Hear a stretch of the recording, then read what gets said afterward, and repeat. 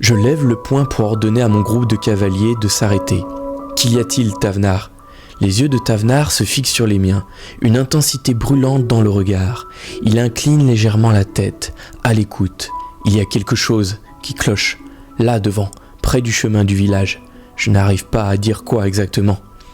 Il plisse les yeux, son aigle l'imitant presque, poussant un cri perçant qui résonne doucement. Lisard garde sa flèche parfaitement stable, pointée vers les fourrés. La main d'Eldar repose sur la garde de son épée, prête à dégainer. Le visage de Corvar se crispe, la suspicion profondément ancrée. La forêt semble retenir son souffle. Le seul son est le léger bruissement des feuilles. Aucun oiseau ne chante, aucun petit animal ne détale. Un silence pesant s'installe comme un linceul prêt à tomber. J'expire légèrement, baisse le poing et fais signe au groupe de continuer, avant de me tourner vers Thavenard. Nous sommes proches du village concerné, c'est normal d'entendre de l'activité. Continuons, nous devons les prévenir du danger qui les attend dans la steppe. Thavenard acquiesce, la mâchoire serrée. Il claque de la langue pour faire avancer son cheval. L'aigle déploie ses ailes et s'envole en avant, surveillant les arbres avec attention. Le reste des cavaliers suit, les sens en alerte. Je les mène prudemment, l'attention palpable. Lorsque nous sortons de la partie la plus dense de la forêt, le village apparaît. De la fumée s'élèvent paresseusement des cheminées, se mêlant à la brume. Mais quelque chose ne va pas. Le village devrait être animé, surtout après la récente demande de bois. Au lieu de cela, un calme étrange règne. Eldar se penche vers moi, sa voix à peine plus haute qu'un murmure. « Kalar, où est tout le monde ?» Des maisons de bois sombres et de pierres basses disposées autour d'un large espace central. De la fumée s'élève de plusieurs foyers, mais rien de paisible là-dedans. Pas de rire, pas d'enfants qui courent, pas de chants, seulement des silhouettes pressées. Des villageois, beaucoup. Ils vont et viennent rapidement, chargent des sacs, des coffres, des paniers sur des charrettes surchargées. D'autres démontent des outils, décrochent des pots, empilent ce qu'ils peuvent sauver. La peur est visible sur chaque visage. Nous mettons pied à terre à l'entrée de la clairière. Plusieurs habitants s'arrêtent net en nous voyant. Méfiance, puis soulagement, puis inquiétude à nouveau. Une femme serre un enfant contre elle, un homme manque de faire tomber ce qu'il transporte. Je m'avance lentement, les paumes ouvertes. « Salutations, je suis Kalar. Nous sommes des éclaireurs Bouldam. Nous venons du camp militaire royal le long de la voie de Valamir.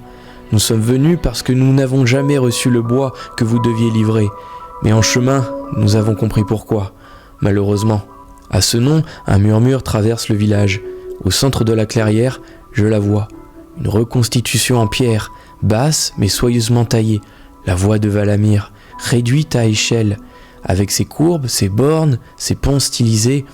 Un hommage, un souvenir figé de ce que leurs ancêtres ont bâti autrefois. Je comprends immédiatement. Ces gens viennent d'ici. Ils n'ont jamais oublié. Un homme s'avance enfin, d'âge mûr, épuisé, le visage marqué par les nuits sans sommeil. Vous arrivez trop tard pour le bois, et juste à temps pour le reste. Je serre la mâchoire. Les convois ont été massacrés sur la steppe par des aruches montés sur des outracres. Un frisson parcourt la foule. Nous le savons déjà, mais il y a plusieurs gens. Ils arrivent. Le métis, un jour, 2 au plus, il a déjà soumis les villages au nord de Bramir, ceux qui ont résisté. Il s'interrompt, boit une longue gorgée d'alcool fort dans une gourde. Je regarde autour de moi, des femmes attachent des paquets trop lourds, des hommes vérifient des lames bien trop courtes. Certains prient, d'autres fixent la forêt, comme si elle allait s'ouvrir à tout instant. « Vous fuyez » dis-je d'un ton sombre. Il hoche la tête. Nous n'avons pas de mur, pas le nombre. Et lui, il a soumis tous les autres villages. Nous sommes les derniers sur sa liste. Il ne nous reste que la fuite. Derrière moi, je sens mes cavaliers se tendre. Corvar serre les poings, Lisard observe déjà la lisière, Thavenard lève les yeux vers son aigle qui décrit de larges cercles silencieux. Je regarde de nouveau la voie de Valamir en modèle réduit, avec respect. « Combien êtes-vous » demandai-je.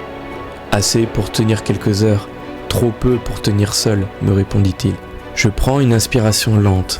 Nous sommes venus prévenir d'un danger, mais peut-être que cette fois, le danger est déjà là. Et peut-être que partir n'est pas la seule option. Je balaie des yeux le village discrètement agité, puis me tourne vers l'homme alors qu'il vide sa gourde d'un trait.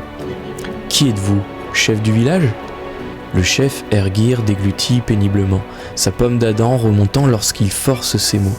Il s'essuie la bouche du revers de la main, ses yeux, creusés, rougis par les nuits sans sommeil, se plantent dans les miens.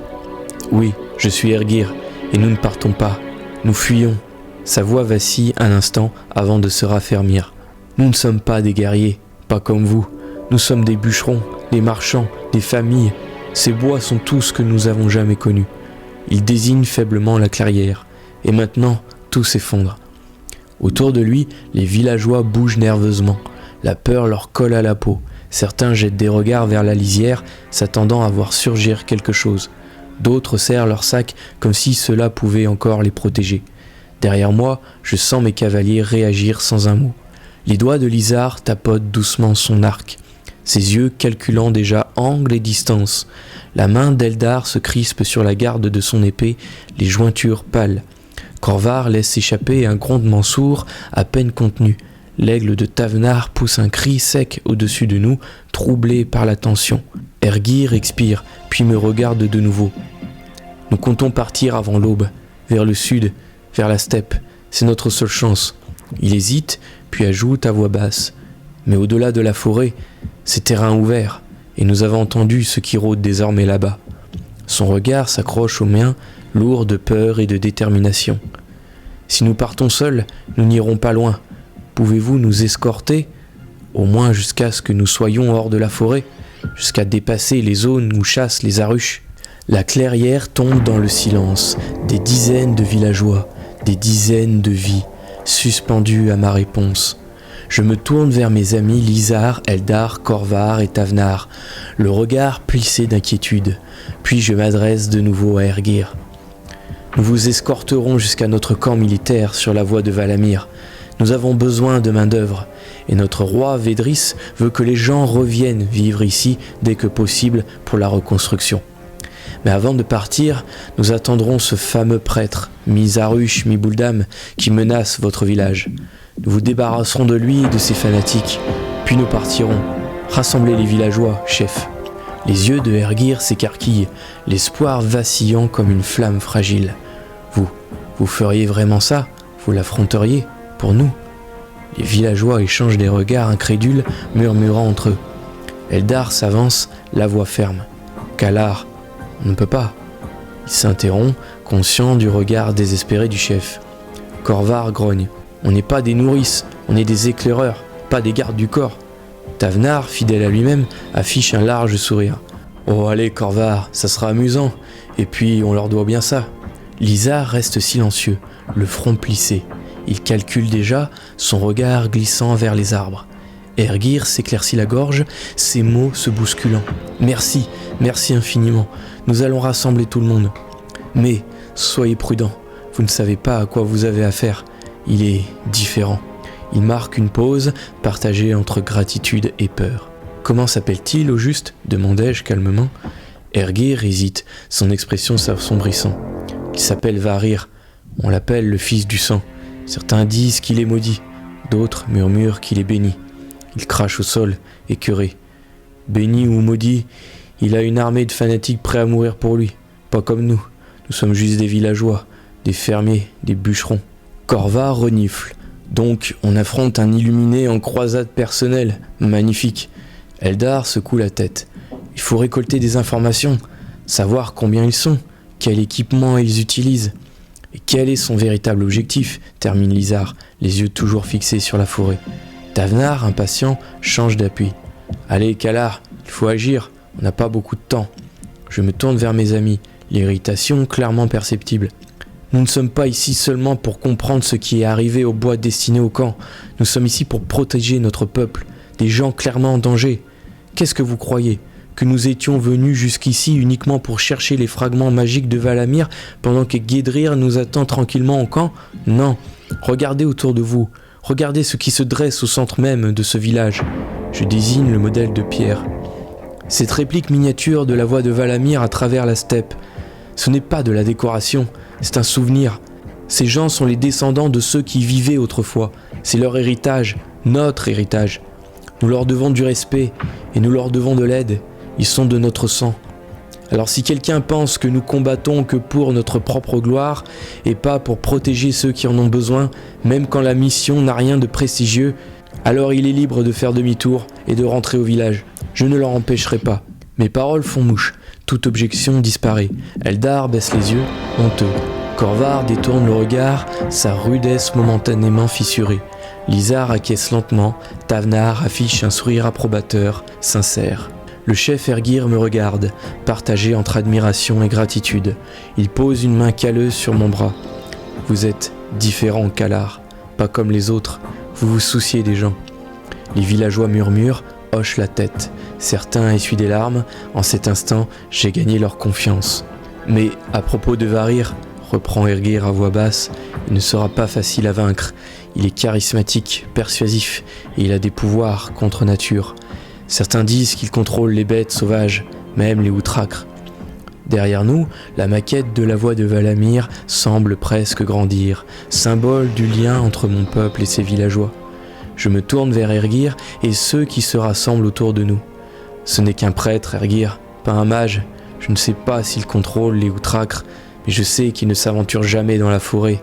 Il la déteste. Rassemblez les villageois, creusez un fossé autour du village, montez les barricades de fortune, armez tous ceux qui peuvent se battre. Nous nous occuperons du reste. Ne vous inquiétez pas, ce ne sont que des villageois fanatisés, rien de plus. Ergir hoche la tête avec vigueur. Les villageois se mettent en mouvement. Les enfants sont éloignés, les anciens mis à l'abri. Hommes et femmes valides s'activent pour ériger des défenses improvisées. Une jeune femme s'approche, les cheveux attachés, parlant vite. « Kalar, écoutez-moi. Varir ne se contente pas de prêcher, il parle d'une ancienne prophétie. Il dit que la voix de Valamir est une malédiction, une plaie, qu'il est venu la purifier. Ceux qui l'ont suivi y croient vraiment. » Elle hésite. Et il y a des rumeurs, des marques étranges sur sa peau, comme celles que nos ancêtres utilisaient autrefois pour repousser les créatures obscures. Je pose une main rassurante sur son épaule. Écoutez-moi bien, ce n'est qu'un homme. Les rumeurs ne m'impressionnent pas. Rien n'arrêtera nos lances et nos épées. Continuez les préparatifs, je resterai ici avec mes cavaliers. Ils n'auront aucune chance. Elle acquiesce, pas totalement rassurée, et repart. Le village prend forme comme une forteresse de fortune. Les cavaliers aident, Tavnar rassemble du matériel, Eldar discute tactique. Corvar aboie des ordres, Lizar analyse les failles. Le soleil cogne, les ombres s'allongent. Puis un grondement, des sabots, beaucoup de sabots. Eldar se tend. Kalar, je crois qu'ils arrivent. Je tourne la tête vers le nord. Parfait, préparez la cavalerie. Cachez-vous à l'est, sous les arbres. Dites aux villageois de rester derrière les barricades. Les cavaliers s'exécutent, Ergir murmure une prière. Puis une silhouette surgit. Varir, le fils du sang, chevauche une créature massive. Sa peau est couverte de symboles. Son regard balaie le village. Je murmure à mes compagnons. À mon signal, on l'abat lui et sa bête. Ensuite, nos cavaliers chargeront le flanc ennemi. Varir lève les bras, sa voix tonne. « Ugir, traître !» Ces fanatiques émergent. « À mon signal,